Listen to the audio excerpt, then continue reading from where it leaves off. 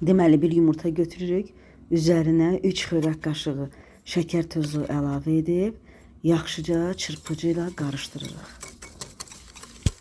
Daha sonra üzərinə 3 xörək qaşığı duru yağ əlavə edirik. Mən günəbaxan yağından istifadə etdim. Və yenə də onları yaxşıca qarışdırırıq, çırpırıq. Daha sonra bunların üzərinə yarım stəkan otaq istiliyində süd əlavə edirik. Siz orada görürsünüz ki, qabda un da var. Çünki mən onların yerlərini dəyişik salmışdım. Amma ən doğrusu budur. Ona görə sizə ən doğru variantı deyirəm. Amma belə də ki, dadında, görüntüsündə heç bir fərq olmadı. Amma mən sizə doğrusunu deməyə çalışıram ki, deməli, yarım stəkan otaq istiliyində süd əlavə edib yenə də qarışdırırıq onlar bir-birinə yaxşı-yaxşı.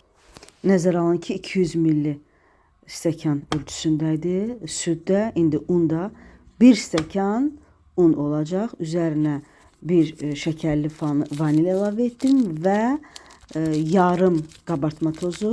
Yarımdan da biraz aşağı idi məncə hətta. Yəni yarım qabartma tozu kifayət qədər bəs edəcək ona.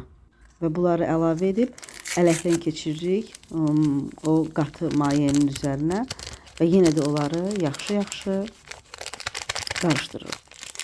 Bir çimdik duzu da həmişəki kimi unutmuruq. Və bunların hamısını yaxşıca qarışdırırıq. Belə bir kütlə alınır. Nə qatı, nə də duru. Orta. Waffle aparatını isidirik. Məndə bir dənəlidir. Və üzərinə mən 2 xörək qaşığı və yarım əlavə edirəm. 2 yarım. Ondan çox eləyəndə şişir, kənarlara tökülür. Bu artıq sizin qabınızın ölçüsündən də asılıdır. Və məndə bu formada alındı. Və 10 dəqiqə nəticəsində, 10 dəqiqə ərzində belə nəticəyə gəlib çıxmaq olur. Mən də daha çox biraz bərk xoşlayıram. Amma əgər siz daha yumuşaq xoşlayırsınızsa, onu 7-8 dəqiqə ərzində də götürə bilərsiniz. Mən şəxsən bu formada xoşlayıram. Qızım da bu formada xoşlayır. Bu bərklikdə xoşlayır. Yəni çox yumuşaq xoşlamırıq biz. Dadı da çox gözəl olur və uşaqların çox xoşuna gəlir.